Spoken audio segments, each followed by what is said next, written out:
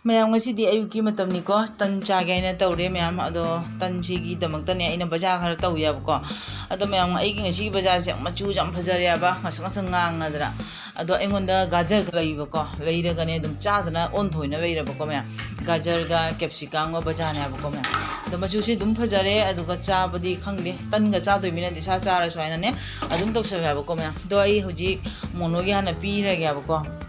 ꯃꯥꯁꯦ ꯀꯣꯂꯦꯖꯇ ꯄꯨꯡ 8 ꯃꯃꯥꯡꯗ ꯊꯨꯡꯉꯨꯗꯣꯏꯅꯦꯕ ꯑꯗꯨꯒꯤꯗꯃꯛꯇ ꯃꯥꯒꯤ ꯍꯥꯟꯅ ꯄꯤꯔꯒꯦ ꯑꯗꯣ ꯑꯗꯨꯝ ꯃꯊꯪ ꯀꯩꯀꯩ ꯇꯧꯕ ꯃꯌꯥꯝ ꯌꯦꯡꯁꯤ ꯉꯁꯤ ꯅꯨꯃꯤꯠꯁꯤꯒꯤꯀꯣ ꯑꯗꯣ ꯃꯣꯅꯣꯗꯤ ꯍꯧꯖꯤꯛ ꯆꯥꯔꯦ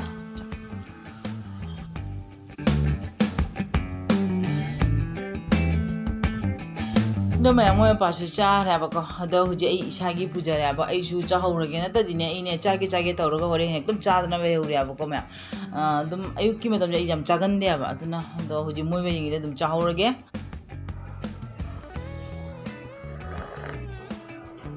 하오래 짜자.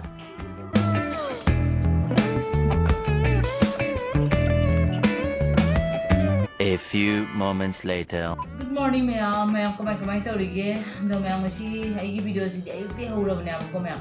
Ngasi ayuki chaba thakpa pung mawloi na mai chatang reba. Do ma'am hujikse 12 tagadaba minute 10 mutang ngai abko ma'am.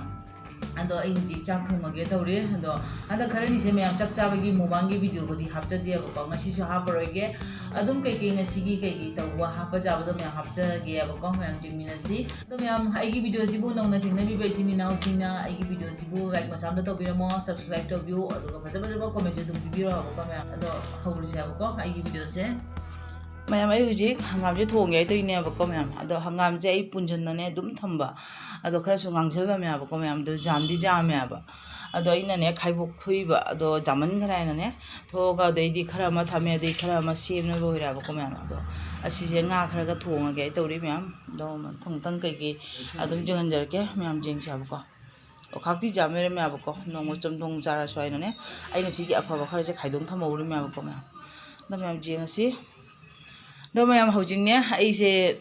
ꯍꯤꯟꯖꯥꯡ ꯁꯣꯛ ꯇꯧꯕꯒꯤ ꯃꯇꯥꯡꯁꯦ ꯚꯤꯗꯤꯑꯣ ꯀꯥꯞꯆꯕ ꯉꯝꯍꯧꯗ꯭ꯔꯦ ꯀꯩꯅꯣ ꯍꯥꯏꯗꯨꯒꯅꯦ ꯃꯤ ꯂꯥꯛꯁꯟꯗꯅꯀꯣ ꯑꯩ ꯚꯤꯗꯤꯑꯣ ꯀꯥꯞꯍꯧꯗ꯭ꯔꯦ ꯃꯌꯥꯝ ꯁꯤꯅꯤ ꯉꯥ ꯈꯛꯇꯪꯁꯤꯒ ꯑꯩ ꯑꯗꯨꯝ ꯊꯣꯡꯖꯕꯅꯦꯕꯀꯣ ꯃꯌꯥꯝ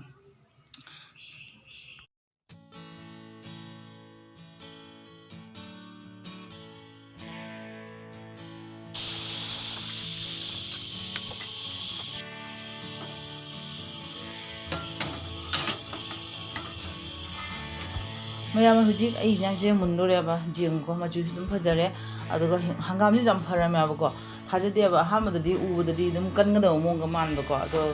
ꯀꯩꯅꯣ ꯊꯣꯡꯉꯒꯗꯤ ꯌꯥꯝ ꯃꯣꯟ ꯂꯥꯎꯕꯗꯣ ꯑꯣꯏꯔꯝꯃꯦꯕꯀꯣ ꯌꯥꯝ ꯐꯔꯝꯃꯤ ꯃꯌꯥꯝ ꯑꯗꯨꯅꯦ ꯑꯩ ꯍꯧꯖꯤꯛ ꯍꯤꯟꯖꯥꯡꯁꯦ ꯑꯗꯨꯝ ꯐꯗꯤꯒꯣꯝ ꯊꯥꯛꯆꯔꯒ ꯂꯣꯏꯁꯤꯟꯅꯕ ꯑꯗꯨꯝ ꯇꯧꯔꯒꯦꯕꯀꯣ ꯑꯗꯣ ꯊꯨꯝ ꯊꯥꯛꯆꯔꯒ ꯉꯥꯏꯍꯥꯛꯇꯪ ꯖꯥꯏꯅ ꯊꯝꯃꯤꯕꯅꯦ ꯃꯣꯟꯊꯅꯕ ꯍꯥꯏꯅ ꯑꯗꯣ ꯃꯌꯥꯝ ꯐꯗꯤꯒꯣꯝꯁꯤꯗꯤ ꯈꯤꯇꯪ ꯌꯥꯝ ꯊꯥꯒꯦꯕꯀꯣ ꯐꯗꯤꯒꯣꯝ ꯊꯥꯛꯏꯉꯩꯗꯤ ꯑꯗꯨꯝ ꯍꯥꯎꯕꯅꯦꯕꯀꯣ ꯃꯌꯥꯝ ꯑꯗꯨꯅ ꯐꯗꯤꯒꯣꯝꯁꯦ ꯊꯥꯛꯆꯜꯂꯒꯦ ꯑꯗꯨꯒ ꯑꯩ ꯍꯤꯟꯖꯥꯡꯁꯤꯁꯨ ꯁꯤꯗ ꯂꯣꯏꯁꯤꯜꯂꯒꯦꯕꯀꯣ ꯃꯌꯥꯝ ꯑꯗꯣ ꯃꯊꯪ ꯇꯥꯕ ꯀꯩꯀꯩ ꯑꯃꯨꯛ ꯌꯦꯡꯉꯁꯦꯕ ꯃꯌꯥꯝ ꯍꯧꯖꯤꯛꯅ ꯅꯨꯡꯊꯤꯟꯒꯤ ꯃꯇꯝꯅꯦꯕꯀꯣ ꯑꯗꯣ ꯁꯤꯒꯤ ꯄ꯭ꯔꯗꯨꯁꯦ ꯃꯣꯅꯣꯒꯤ ꯃꯃꯥꯟꯅꯕꯤꯁꯤꯡꯅꯦ ꯍꯟꯗꯛ ꯑꯦꯛꯖꯥꯝ ꯂꯣꯏꯔꯒ ꯃꯌꯨꯝꯗ ꯆꯠꯅꯔꯨꯏꯌꯦꯕꯀꯣ ꯑꯗꯨꯒꯤ ꯆꯠꯅꯔꯨꯔ ꯃꯇꯨꯡꯗ ꯍꯜꯂꯛꯄꯁꯤꯒꯅꯦ ꯃꯣꯏ ꯄꯨꯕꯤꯔꯛꯏꯅꯦꯕ ꯃꯣꯅꯣꯒꯤꯅꯦ ꯍꯥꯏꯅꯀꯣ ꯃꯌꯥꯝ ꯃꯌꯨꯝꯗꯒꯤ ꯃꯃꯥꯁꯤꯡꯅ ꯁꯦꯝꯃꯒ ꯄꯤꯔꯛꯄꯅꯦꯕꯀꯣ ꯃꯌꯥꯝ ꯅꯝꯀꯤꯟꯁꯤꯒ ꯄ꯭ꯔꯗꯨꯁꯤꯒ ꯑꯗꯣ ꯃꯌꯥꯝ ꯍꯥꯎꯗꯤ ꯍꯥꯎꯔꯤ ꯑꯗꯣ ꯀꯃꯥꯏꯅ ꯁꯦꯝꯃꯤꯅꯣꯗꯤ ꯈꯪꯗꯦꯕꯀꯣ ꯐꯗꯤꯒꯣꯝ ꯑꯗꯩꯗꯤ ꯀꯔꯤ ꯄꯇꯥ ꯁꯨꯔꯒ ꯊꯥꯒ ꯁꯦꯝꯃꯤꯔꯥ ꯈꯪꯗꯦ ꯃꯌꯥꯝ ꯅꯝꯀꯤꯟꯁꯦ ꯍꯥꯎꯗꯤ ꯍꯥꯎꯋꯦꯕꯀꯣ ꯃꯌꯥꯝ ꯑꯁꯤꯅ ꯃꯃꯥꯟꯅꯕ ꯑꯃꯅ ꯄꯨꯕꯤꯔꯛꯄꯅꯦꯕꯀꯣ ꯃꯌꯨꯝꯗ ꯄꯥꯟꯕ ꯀꯩꯅꯣꯅꯦꯕ ꯑꯗꯣ ꯀꯔꯤꯅꯣ ꯍꯥꯏꯅ ꯌꯦꯡꯁꯤ ꯃꯌꯥꯝꯁꯦ ꯑꯩ ꯂꯧꯊꯣꯛꯑꯒ ꯌꯦꯡꯒꯦꯕꯀꯣ ꯑꯗꯣ ꯃꯌꯥꯝꯁꯤꯅ ꯀꯩꯅꯣꯅꯦꯕ ꯄꯨꯟꯙꯣꯟꯅꯦꯅ ꯍꯥꯏꯌꯦꯕꯀꯣ ꯄꯨꯟꯙꯣꯟꯁꯦ ꯈꯨꯠꯆꯥꯎ ꯑꯃꯅꯤ ꯃꯌꯨꯝꯗ ꯄꯥꯟꯕ ꯉꯥꯛꯇꯅꯦꯕꯀꯣ ꯃꯌꯥꯝ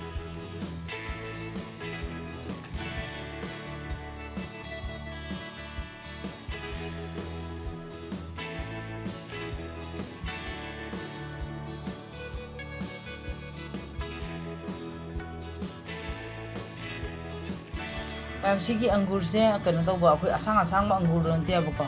ꯑꯩꯈꯣꯏꯒꯤ ꯀꯣꯔꯛ ꯀꯣꯏꯕꯗꯨꯅꯦꯕ ꯉꯥꯡꯇꯛ ꯇꯧꯕꯗꯣ ꯐꯖꯅ ꯊꯨꯝꯃꯦꯕꯀꯣ ꯑꯩꯅ ꯉꯁꯥꯏ ꯑꯃꯨꯛ ꯇꯦꯁ ꯇꯧꯕꯀꯣ ꯐꯖꯅ ꯊꯨꯝꯃꯤ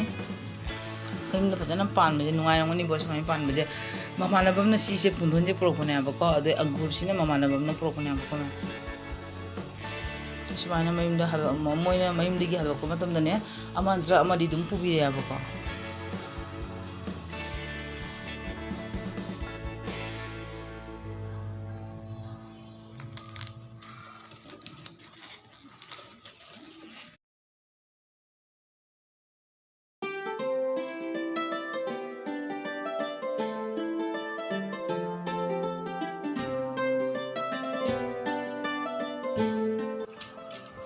ꯁꯦꯡꯕ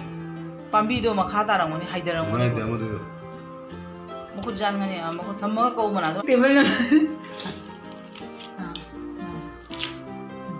ꯑꯗꯨꯗꯤ ꯑꯉꯧꯕꯅꯤꯅꯦ ꯃꯈꯨꯠ ꯌꯥꯟꯒꯅꯤ 찌찌하고 이름 타입은 그냥